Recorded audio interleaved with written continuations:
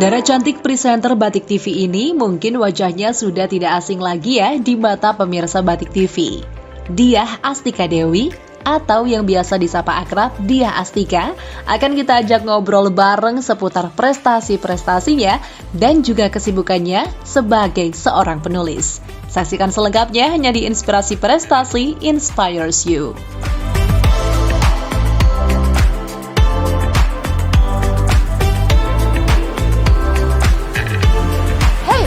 Di sini aja. Hello Sobat Inspirasi Prestasi Inspires You.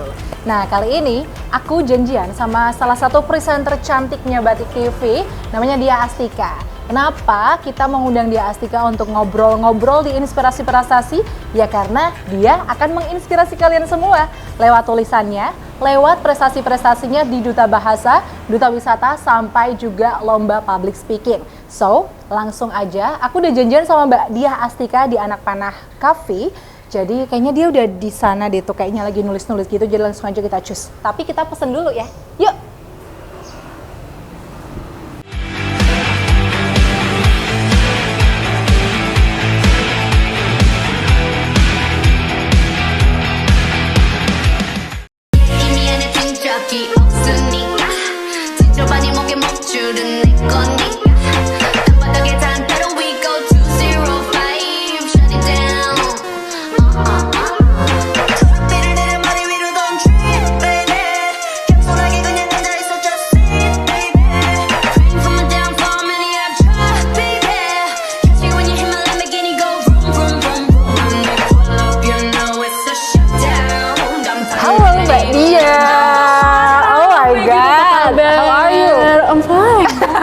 Me too. Oh my god, kamu lagi ngapain? Oh ini biasa lagi nggak tahu ya, nyorot-nyorot aja. Aduh, yang namanya juga penulis, presenter, duta wisata, duta bahasa ya kan, pasti ada aja yang dikerjain dan pasti valuable. That's why kita mengundang Mbak Diah Astika, one of Batik TV presenter tentunya, yang backgroundnya tuh udah rich banget gitu ya. Aduh. Bukan rich yang apa namanya crazy rich ya, tapi amin, amin ya.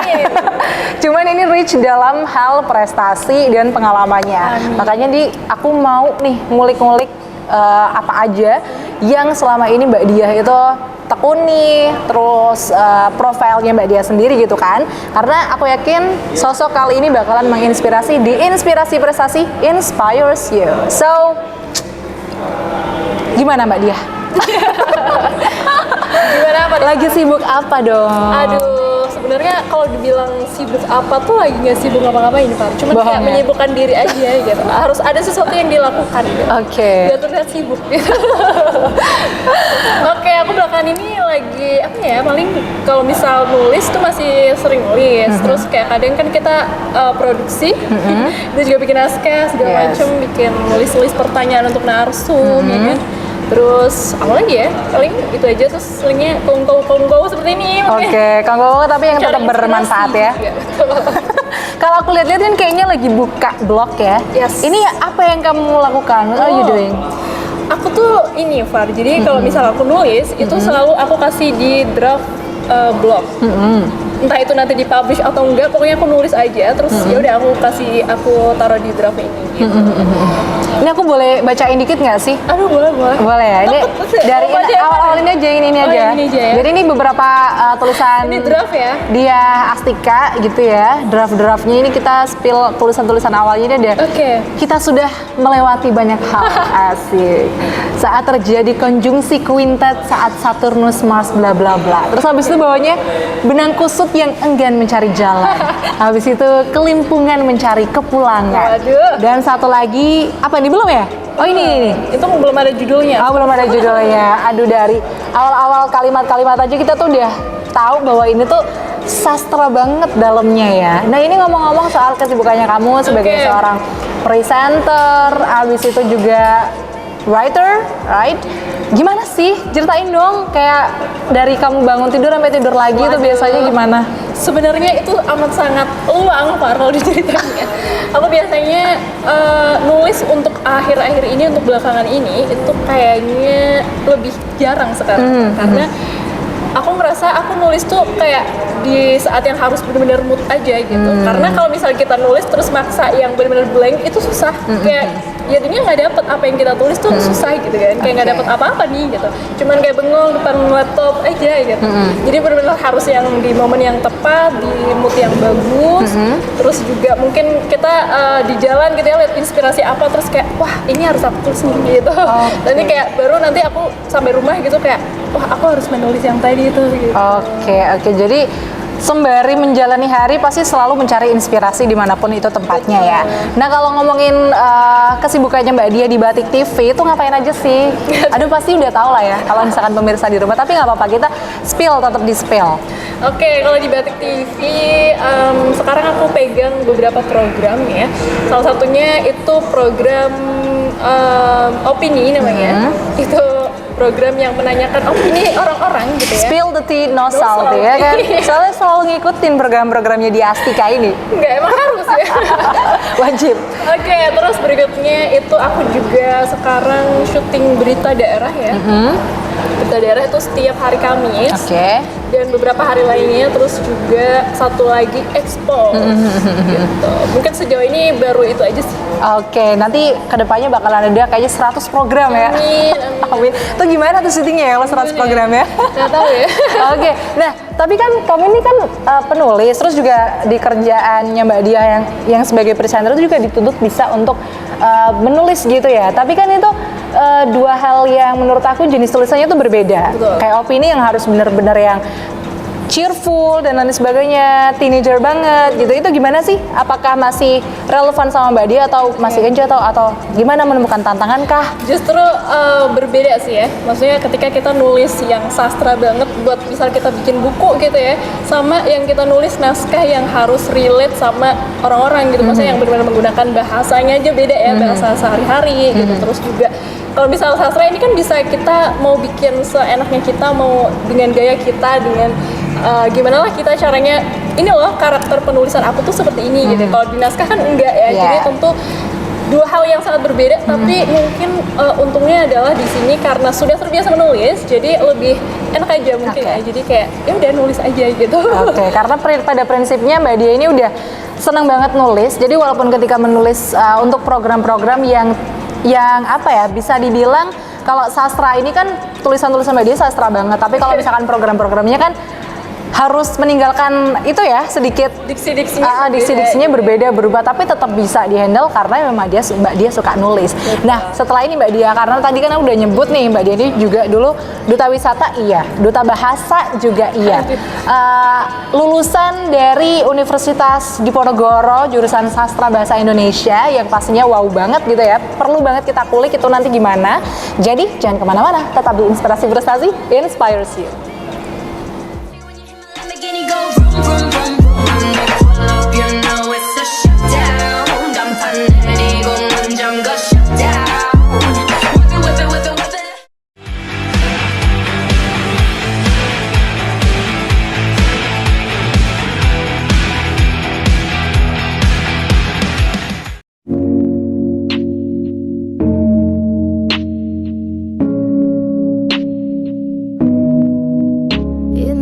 Wanita yang sangat cinta dengan sastra ini ternyata juga punya sederet prestasi-prestasi lain yang membanggakan ketika duduk di bangku kuliah Sastra Indonesia Universitas Diponegoro.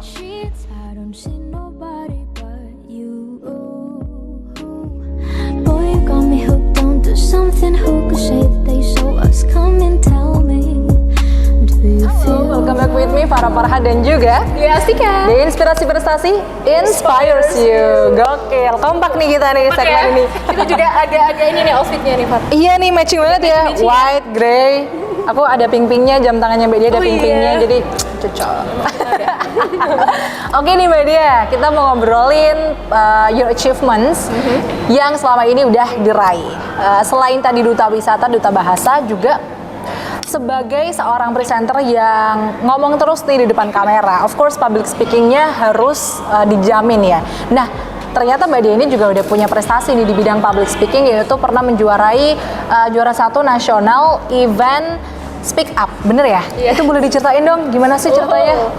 Oke, jadi saat itu sebenarnya lomba yang diadain sama D3 Public Relation Undip saat itu.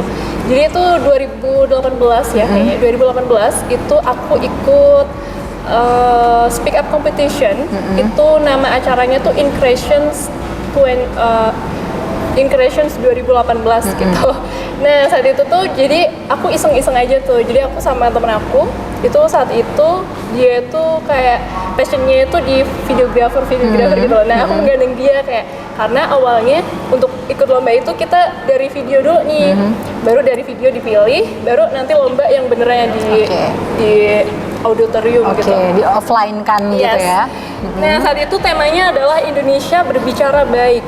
Jadi dari tema itu aku ngambil satu tema yaitu sangat sederhana ya dibanding aku ngeliat video-video teman-teman yang lain tuh kayak kenapa ya berat-berat banget gitu, sedangkan aku cuma ngambil satu tema besar yaitu pentingnya menggunakan kata maaf, tolong, dan terima kasih. Yang deep, sangat dalam banget sih menurut aku. Tapi itu sebenarnya timeline yang sangat sederhana, Far, karena yang lain benar-benar mengambil dari sudut pandang yang kenapa ya berat-berat banget gitu. Kenapa aku sangat sederhana sekali gitu. Ternyata justru malah itu yang bisa menarik si jurinya. Jadi akhirnya dari video itu lolos, baru kita ini kan kayak lebih diperdalam lagi gitu materinya gitu. Yang lain ya seperti aku merasa kayak kenapa ya yang lain tuh kayak sangat-sangat berat banget gitu, bahkan saat itu aku insecure gitu. Oh iya, terima kasih. Waduh, ini pas banget nih. Oke. Japanese asli. Iya oke, terima kasih. Silakan. Oke, kita sambil nyeruput dikit kali ya. Bismillahirrahmanirrahim. Segar. Oke, lanjut Mbak Dia. Oke, jadi pas lomba di depannya itu ternyata itu kan langsung pengumuman kan, ternyata aku pas dipanggil nama aku, terus waktu itu aku tuh mewakili atas nama pribadi sih sebetulnya, cuman kan di situ kita menyantumkan jurusan kan, terus kayak juara 1 juara lomba Speak Up Increation 2018 dia Astika dari Sastra Indonesia gitu. Aku langsung kayak hah, aku bingung kan, nggak nyangka kayak kenapa bisa gitu. Ternyata benar, kayak ternyata sesuatu yang kita dari hal-hal yang sangat kecil aja itu bisa loh berdampak besar bagi. Maksudnya kayak dari satu inspirasi yang kecil aja itu bisa loh jadi suatu hal yang besar gitu. Oke, jadi emang tema yang diangkat itu mungkin kalau menurut Mbak Dia sederhana, tapi ternyata itu bisa menarik perhatian juri karena itu means so much gitu ya, sangat-sangat bermakna. Nah oke, next ke prestasi selanjutnya yaitu menjadi Duta Wisata Kabupaten Pekalongan, bener ya? Betul. 2018 jadi Wakil 2. 2017 betul. Oh 2017, masa tugasnya sampai 2018 Iya, itu gimana? 1 tahun sebenarnya, jabatannya 1 tahun. Oke. Terus tapi kalau misal di Duta Wisata itu, Far, kalau selagi kita masih mau bertugas selama apapun, misal kayak sampai nanti pun sampai tua pun kayak kita masih tergabung dalam satu ikatan Mas Mbak Duta Wisata Kabupaten Pekalongan. Jadi kayak masih bisa sebetulnya nugas sampai kapanpun gitu kan. Kalau tagline-nya itu 1 tahun menjabat selamanya menginspirasi gitu. 1 tahun menjabat selamanya menginspirasi, dan kayaknya Mbak Dia ini she did it. Oke, kalau ngomong-ngomong waktu tahun 2017 itu ya, apa sih value apa yang Mbak Dia angkat banget ketika bertugas sebagai Duta Wisata, bahkan mungkin sampai sekarang gitu untuk pariwisata Kabupaten Pekalongan? Oke, jadi di Duta Wisata itu kita itu punya, mungkin bisa dibilang sebagai salah satu syarat untuk masuk Duta Wisata, we should to have namanya 3B, yaitu brain, beauty, and behavior. Jadi mungkin banyak orang yang mengira kalau Duta Wisata itu yang penting cantik, yang penting bagus badannya gitu, atau yang penting good looking gitu ya. Sebenarnya enggak, karena kita juga harus bisa berpikir bagaimana caranya nanti kita bisa membantu mempromosikan wisata-wisata yang ada di daerah kita. Terus juga kita juga harus punya behavior yang bagus gitu kan. Jadi ya itu kita harus punya 3 model 3B itu tadi, brain, beauty, and behavior, yang masih berusaha aku terapkan sampai sejauh ini. Oke, jadi dari brain, beauty, and behavior itu yang selalu Mbak Diah bawa dari awal masuk Duta Wisata sampai sekarang, dan masih aktif kan ya di keanggotaan? Masih. Oke, jadi semoga itu bisa menjadi langkah yang terus dibawa sama Mbak Diah, terutama membawa nama baik Kabupaten Pekalongan, apalagi sekarang kerjanya, lingkupnya udah di Kota Pekalongan gitu. Semoga itu juga masih menularkan value-value itu ke teman-teman, ke pemirsa yang ada di rumah pastinya ya. Oke, nah setelah ini karena masih ada satu lagi yang belum kita bicarain itu tentang Duta Bahasa. Kayaknya masih banyak yang belum tahu ya. Masih banyak yang belum tahu nggak sih kalau Duta Bahasa, kalau wisata kan oke. Kalau bahasa nih, bahasa apakah nanti ngomong terus nggak juga ya? Oke, jadi kalau penasaran jangan kemana-mana, tetap di Inspirasi Prestasi, inspires you. In the midst of the crowds and the shapes and the clouds, I don't see nobody but you.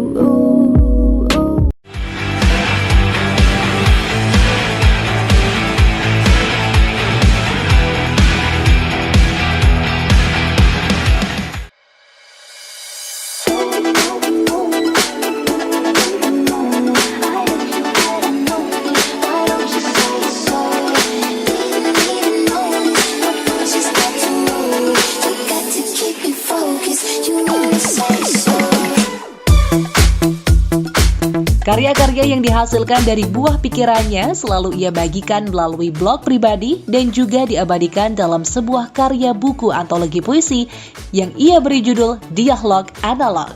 Seperti apa kisah di balik buku tersebut? Saksikan terus hanya di Inspirasi Prestasi.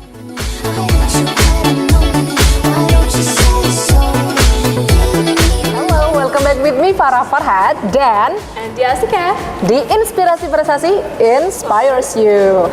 Oke, ngomongin lagi nih tadi soal Duta Bahasa. Oke. Bisa di-spill dulu dong Mbak Diah, apa sih itu Duta Bahasa dan gimana perjalanannya Mbak Diah bisa sampai duduk di posisi Duta Bahasa waktu itu tahun berapa tuh? tahun 2021. 2021 di peringkat berapa?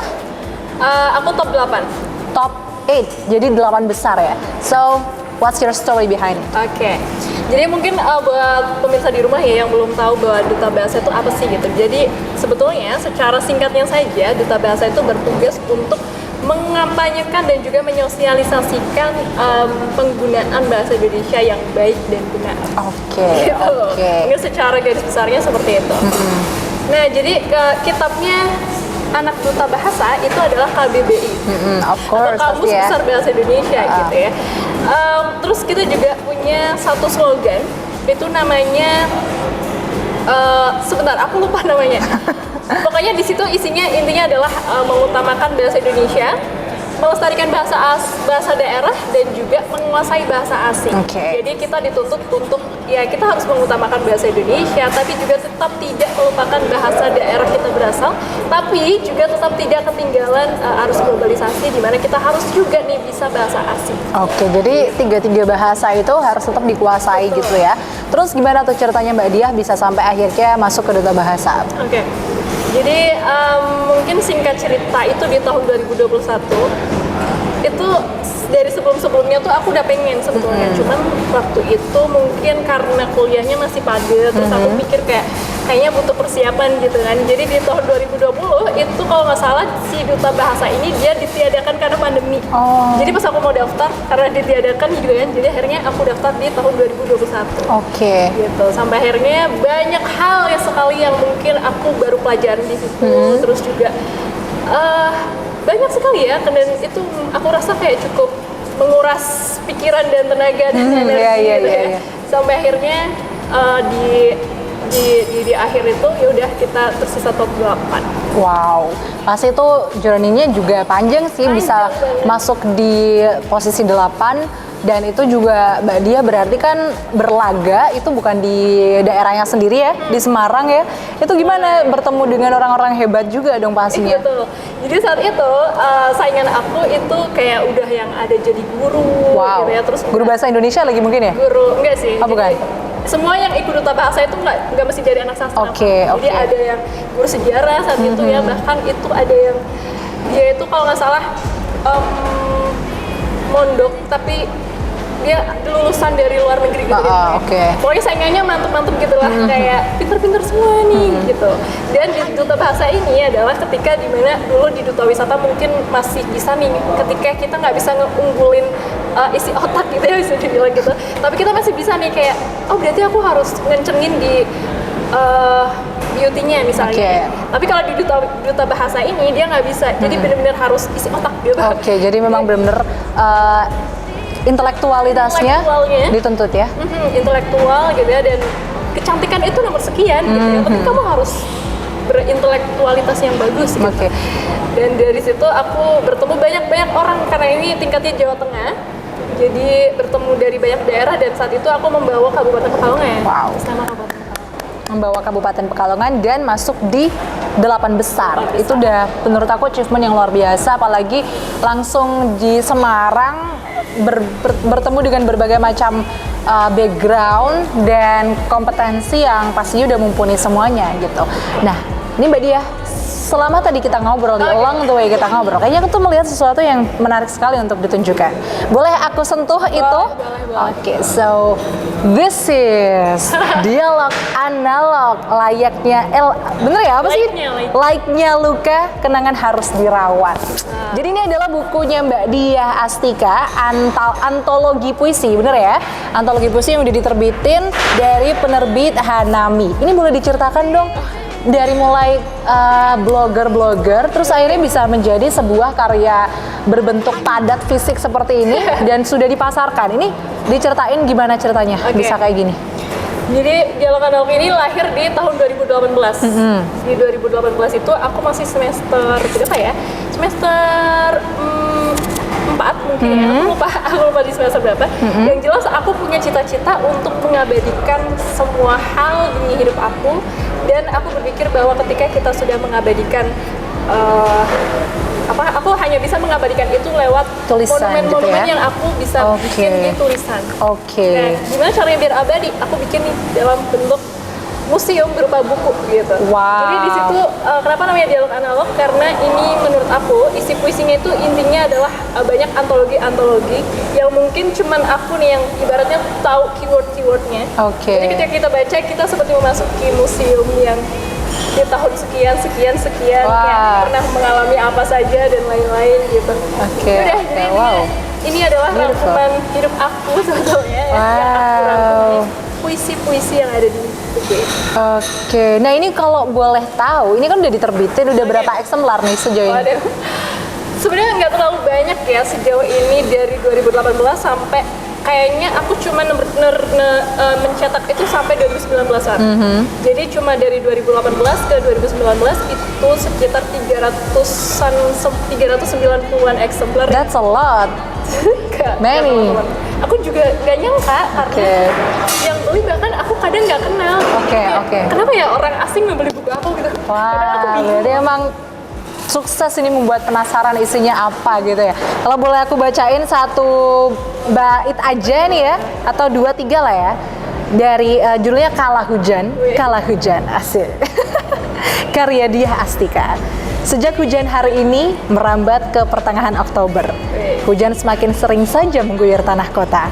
Acap kali hati terbantai, teroyak 1000 kalimat rindu yang hadirnya beriringan dengan rintiknya. Aduh, galau banget Mbak Diah, aduh sodim. Oke nih Mbak Diah, last. Ini kan Mbak Diah udah berhasil menerbitkan buku ya. Dari hasil tulisan-tulisan tangannya Mbak Diah, di waktu-waktu ketika Mbak Diah tuh pengen nulis dan menuangkan semua inspirasinya. Kasih tips dong buat teman-teman yang mungkin masih awal dalam menulis. Biasanya tuh problemnya adalah mereka nggak pede nih untuk show up karya-karyanya gitu. Ini gimana nih biar mungkin bisa mengikuti jejaknya Mbak Diah untuk menerbitkan buku, walaupun sedikit demi sedikit, tapi selagi karya itu bisa dinikmati sama orang lain, itu berarti sebuah prestasi buat kita. Jadi aku selalu berpikir bahwa apapun yang kita tulis itu pasti nanti ada kok pembacanya, siapapun itu. Entah itu nanti kita sendiri akan membacanya gitu ya. Tapi yang jelas ketika kita menulis, aku yakin banget nanti bakal terbaca. Itu yang pertama. Yang kedua, mungkin tipsnya adalah ketika kalian mungkin pemirsa di rumah atau teman-teman di rumah ingin menulis, rajin-rajinlah membaca buku. Karena semakin banyak kalian membaca buku, semakin banyak diksi-diksi yang kalian dapat, semakin banyak referensi-referensi gaya-gaya tulisan yang mungkin wah ini kayaknya arahnya tulisan aku lebih ke sini gitu ya. Mungkin lebih ke kayak gitu. Terus yang berikutnya, yang ketiga adalah nggak apa-apa kok. Misalnya kalian jangan pernah berpikir bahwa sesuatu yang kalian tulis itu buruk atau jelek, karena tulisan jelek atau bagus itu sebetulnya relatif. Yes. Tergantung dari siapa yang membacanya. Misalnya tulisan kamu relate sama kehidupan orang lain, itu bisa aja menurut orang tersebut bagus. Oke. Wow. Jadi jangan pernah takut untuk mempublikasikan apapun karya kamu, tulis aja apapun itu, nanti pasti ada yang membacanya. Tuh, dengerin ya. Pemirsa yang ada di rumah, Sobat Inspirasi Prestasi yang mungkin mau menulis gitu ya, untuk ayolah show up tulisan kalian, bisa di blog, bisa di mana aja. Siapa tahu ada penerbit-penerbit yang pengen menerbitkan tulisan kalian biar kayak Mbak Dia Astika ini. Wah, thank you banget nih Mbak Dia Astika atas waktunya, sangat menginspirasi dan semoga akan terus seperti ini. Oke, jadi itu tadi episode inspirasi kali ini bersama Dia Astika. Jangan lupa untuk saksikan Inspirasi Prestasi di episode selanjutnya ya. Inspirasi Prestasi inspires you. See ya.